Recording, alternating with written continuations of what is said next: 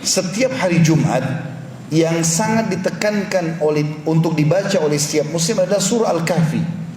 Surah Al-Kahfi ini adalah asas keyakinan bagi seorang muslim.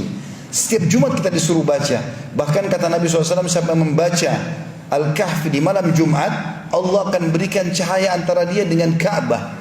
Kemudian dalam riwayat lain, siapa yang membaca Al-Kahfi di hari Jumat, dia akan selamat dari fitnah Dajjal. Di Al-Kahfi apa yang sedang diceritakan? Di beberapa ayat pertama adalah keyakinan yang dibangun oleh Allah Subhanahu wa taala. Bagaimana seseorang muslim yakin Al-Quran ini benar, lalu berpegang teguh pada apa yang ada di dalamnya, baik informasi ataupun hukum-hukum yang sudah terjadi sebelumnya, yang sedang terjadi di zaman sekarang, dan yang akan terjadi di masa akan datang. Dan semua yang dibutuhkan dalam roda kehidupan di muka bumi ini, dari sisi sosialnya, ekonominya, politiknya, semuanya ada dalam Al-Quran. Kemudian mulailah Allah Subhanahu wa taala memberikan gambaran 3 kisah yang unik sekali. Kisah tentang Ashabul Kahfi, 7 orang anak muda yang beriman kepada Allah. Di zaman pada saat itu orang semuanya tidak ada yang beriman kepada Allah. Lalu untuk membawa keyakinan mereka ini bahwasanya memang ada Tuhan Allah, mereka selamatkan diri ke gua. Dan akhirnya Allah Subhanahu wa taala dengan kayak itu menyelamatkan mereka. Allah tidurkan mereka 309 hari di dalam gua tersebut dalam kondisi tubuh mereka tidak rusak. Dan Allah suruh kita ulang-ulangi kisah itu setiap Jumat.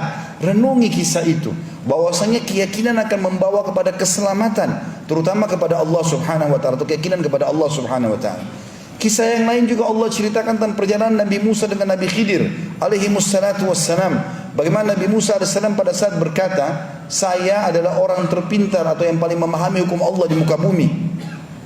Maka Jibril AS datang pada saat itu menyampaikan, hai Musa, bukan kau orang yang paling mengetahui hukum Allah, tapi masih ada hamba Allah yang mengetahui, dan Allah menyuruh kau mencarinya. Maka mulailah diceritakan dalam surah Al-Kahfi bagaimana Musa AS jalan mencari Khidir. Lalu pada saat bertemu dengan Khidir, dia minta, semoga engkau bisa mengajarkan kepadaku ilmu yang Allah ajarkan kepadamu. Apa kata Khidir? Tentang masalah pondasi keyakinan. Boleh kau belajar dengan aku, tapi dengan syarat, jangan bertanya apa yang aku lakukan sampai aku yang jelaskan. Maka kata Musa, baik, saya ingin, saya boleh jalankan itu. Kata Khidir, bagaimana kau bisa meyakini itu atau menjalani itu sementara kamu sendiri tidak akan bisa sabar melihat sesuatu yang belum pernah masuk di benak kamu. Dia mengatakan, saya coba bersabar. Maka terjadilah sesuatu yang unik pada saat itu. Dalam Al-Quran dalam surah Kahfi diceritakan, Khidir naik di atas sebuah kapal dengan Musa alaihi wassalatu wassalam. Lalu tiba-tiba Nabi Khidir membolongi kapal-kapal pelayan, padahal mereka orang miskin. Lalu Musa bertanya, hai Khidir, kenapa kau bolong-bolongin kapalnya para nelayan ini? Apa dosa mereka? Bukankah mereka orang miskin? Kata Khidir, bukankah sudah saya katakan jangan kau tanyakan apa yang saya lakukan sampai saya jelaskan?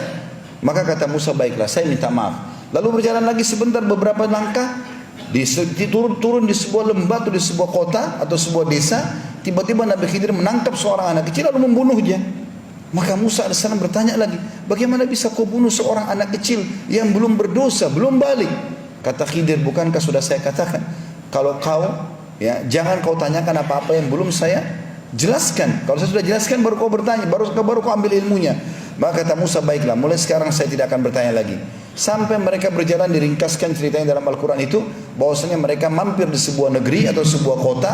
Lalu Nabi Khidir dan Nabi Musa minta tolong untuk nginap di kota itu. Di zaman dulu sebuah kota dibuatin sebuah benteng yang besar, ada pintu gerbang, mereka tidak bisa keluar dan masuk kecuali dengan izin pemilik benteng tersebut. Maka pada saat itu pun mereka menolak karena Musa dan Khidir dianggap orang asing di situ.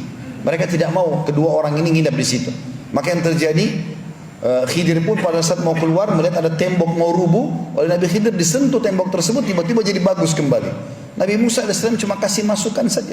Lalu berkata, wahai Khidir, kalau kau mau, cukuplah perbaikan tembok ini, kita minta sebagai balasan jasa supaya kita diizinkan nginap di tempat ini. Kata Khidir AS, saya sudah katakan, hai Musa, sekarang saatnya kita berpisah. Saya sudah bilang jangan menjelaskan apapun atau bertanya sebelum saya jelaskan. Maka kata Khidir, maka sekarang saya akan jelaskan kepadamu kenapa saya lakukan ketiga perbuatan tersebut yang membuat kau tadi kaget itu. Yang pertama, saya membolongi kapal-kapal para nelayan yang miskin itu karena Allah telah memberikan kepada saya mukjizat, berita, karena Khidir AS juga seorang nabi, bahwasanya di situ ada raja zalim yang suka mengambil secara paksa kapal-kapal nelayan. Dan kalau dia melihat ada bolongan saja sedikit, dia tidak akan mengambil kapal tersebut. Allah suruh saya membolongin kapal-kapal itu, nanti nelayannya tinggal tambal sedikit saja. Tapi dengan itu mereka tidak kehilangan kapalnya. Anak kecil yang saya bunuh itu juga sesuai dengan perintah Allah. Karena anak itu sangat durhaka dengan kedua orang tuanya. Dan Allah menyuruh saya membunuhnya, maka pencipta dia menyuruh saya membunuhnya, maka tidak ada dosa bagi saya. Kemudian juga Allah ingin mengganti anak itu, kalau meninggal sebelum balik, maka dia akan selamat karena belum ada hukum padanya. Serta Allah gantikan buat kedua orang tuanya anak yang saleh, karena kedua orang tuanya orang saleh. Dan yang ketiga adalah saya memperbaiki tembok itu bukan karena saya berharap balasan, tapi di bawah tembok itu ada harta yang disimpan oleh ayah pemilik rumah itu. Jadi rumah itu rupanya dimiliki oleh dua anak yatim, ayah yang sudah meninggal. Di bawah tembok itu ayahnya meletakkan harta untuk kedua anaknya, tapi belum sempat dia jelaskan, kemudian dia meninggal dunia. Maka kalau rubuh tembok tersebut, masyarakat itu akan mengambil secara paksa. Maka saya disuruh oleh Allah perbaiki tembok tersebut sampai sudah bagus tembok itu, barulah kemudian nanti satu waktu kalau mereka dewasa Allah rubuhkan, harta itu akan dimiliki oleh anak yatim tersebut. Ini kisah kedua yang Allah ajarkan kepada kita setiap Jumat baca, sesuatu yang Allah tentukan dan terapkan walaupun mustahil di mata manusia, dibangun di atas pondasi keyakinannya. Dan yang ketiga kita tentang Zulkarnain, seorang raja yang berkuasa di muka bumi ini. Bagaimana dia menghadang dua suku besar Ya'juj dan Ma'juj untuk menyebarkan kerusakan di muka bumi. Dan dengan izin Allah dia bisa membendung kedua suku tersebut dengan membuat sebuah benteng yang sangat kuat di antara dua gunung dari timah yang dipanaskan dengan besi-besi yang disusun dan dipanaskan juga. Maka kisah ini selalu disuruh kita ulang-ulangi karena di dalamnya berbasiskan atau membangun di atas keyakinan seorang muslim.